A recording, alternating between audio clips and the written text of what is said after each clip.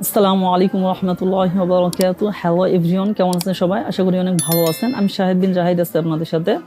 আজকে আমরা আলোচনা করব, যেহেতু এটা রমজান মাস, রমজান মাসে রোজা রাখা আল্লাহ রাব্বুল আলামিনের পক্ষ থেকে ফরজ বিধান। আর এই মাসে যেহেতু রোজা রাখতে হবে, আর রোজার বেশ কিছু মাসআলা মাসাইল আছে, সেগুলো আমাদেরকে অবশ্যই জানতে হবে। আমরা সেগুলো নিয়ে আলোচনা করব। সুতরাং চলুন শুরু করা যাক। সর্বপ্রথম, রোজা যেমন নাকি ফরজ, রোজার নিয়ত করাও ফরজ। আর নিয়ত শব্দের অর্থ হচ্ছে সংকল্প করা, অর্থাৎ মনে মনে এই সংকল্প করবে, আমি রোজা রাখতেছি একমাত্র আল্লাহ রাব্বুল আলামিনের সন্তুষ্টির জন্য।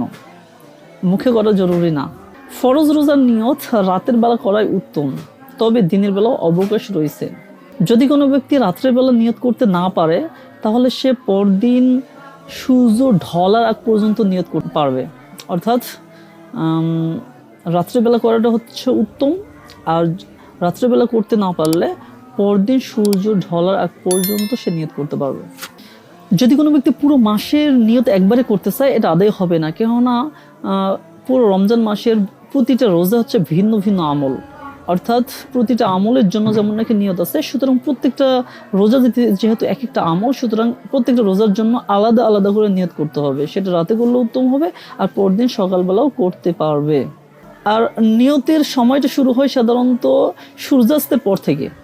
অর্থাৎ আমি যদি আগামীকালকে রোজা রাখি, তাহলে আজকে মাগরিবের পর থেকে নিয়ে যে কোনো সময় আমি নিয়ত করতে পারবো। এবং নিয়ত করার পর যদি কোনো ব্যক্তি স্ত্রী সহবাস করে অথবা যদি খাবার খায় পান করে, তাহলে নিয়ত ভঙ্গ হবে না, বরঞ্চ সে সুবহ সাদেক পর্যন্ত তার এই সমস্ত কর্মকাণ্ডগুলোর অবকাশ থাকবে। এতে নিয়তের কোনো ক্ষতি হবে না।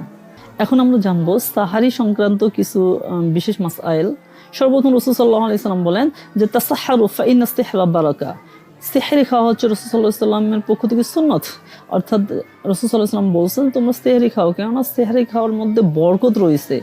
এই জন্য প্রত্যেকে সেহরি খাওয়া দরকার। তবে পেট ভরে খেতে হবে এমন না। এক গ্লাস পানি অথবা এক টুকরো খেজুর অথবা এক চামচ দুধ খেলেও সেহরির যে বরকত এবং সুন্নত রয়েছে সেটা আদায় হয়ে যাবে। দেরি করে সেহরি খাওয়া সুন্নত, অর্থাৎ একেবারে রাত্রের শেষ প্রহরে খাওয়া সুন্নত। তবে এতটুকু দেরি করা মাকরুহ হবে যে সুবহ সাদেক হয়ে যাওয়ার সম্ভাবনা রয়েছে। দেরি করে সেহরি খাওয়া হচ্ছে উত্তম, অর্থাৎ রাত্রের শেষ ভাগে সেহরি খাওয়া উত্তম, কিন্তু এতটুকু দেরি করা যাবে না যাদের সুবহ সাদেক হওয়ার আশঙ্কা হয়ে যায়। একেবারে শেষ মিনিটে খাওয়াটাও মাকরুহ হবে। এখন আমরা জানবো ইফতার সংক্রান্ত কিছু মাসাইল। রাসূল সাল্লাল্লাহু আলাইহি ওয়াসাল্লাম বলেন যে তোমরা সূর্যাস্তের পরে তাৎক্ষণিকভাবে ইফতার করে নাও, দেরি করিও না। কেননা এটা ইহুদি খ্রিস্টানরা সূর্যাস্তের পরেও সাধারণত অনেক দেরি করে ইফতার করে, তোমরা তাদের বিরোধিতা করো। মাগরিবের নামাজে আদায়ের আগে আমরা ইফতারি করে নেব, তারপরে মাগরিবের নামাজ পড়বো, যার দরুন রাসূল সাল্লাল্লাহু আলাইহি ওয়াসাল্লামের হুকুমে মান্য করা হয়। খেজুর দ্বারা ইফতারি করা হচ্ছে মুস্তাহাব। অর্থাৎ যদি কোনো ব্যক্তি খেজুর দ্বারা ইফতারি করে তাহলে সেটা মুস্তাহাব আদায় হবে। তবে খেজুর না পেলে পানি কিংবা অন্য কোনো মিঠা জাতীয় জিনিস দ্বারা ইফতারি করতে পারবে, এতে কোনো সমস্যা নেই। ইফতারি সম্পর্কে রাসূল সাল্লাল্লাহু আলাইহি ওয়াসাল্লাম বলেন যে তোমরা একে অপরকে ইফতারি করেও, কেননা যে ব্যক্তি একে অপরকে ইফতারি করায়, আল্লাহ রাব্বুল আলামিন ইফতারি করানো ওয়ালাকে একটা কবুল রোজা সওয়াব দান করেন। সুবহানাল্লাহ। আমরা জানি না আমাদের রোজা আল্লাহ রাব্বুল আলামিন কবুল করেন কিনা, কিন্তু ইফতারি করেন আল্লাহকে আল্লাহ রাব্বুল আলামিন একটা কবুল রোজা সওয়াব দান করেন।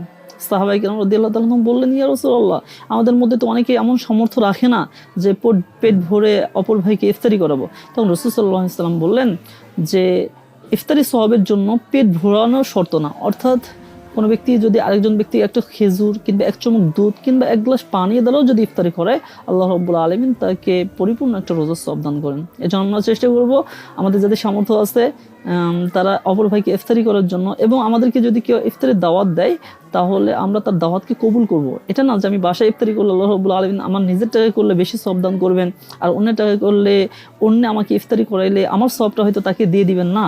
আল্লাহ রাব্বুল আলামিনের ভান্ডারে কম নেই। রাসূল সাল্লাল্লাহু আলাইহি ওয়াসাল্লাম বলেন যে ইফতারি করালো তাকে আল্লাহ রাব্বুল আলামিন পরিপূর্ণ একটা রোজার সওয়াব দান করবেন, কিন্তু ইফতারি করনে ওয়ালার সওয়াবের কোনো কমতি হবে না।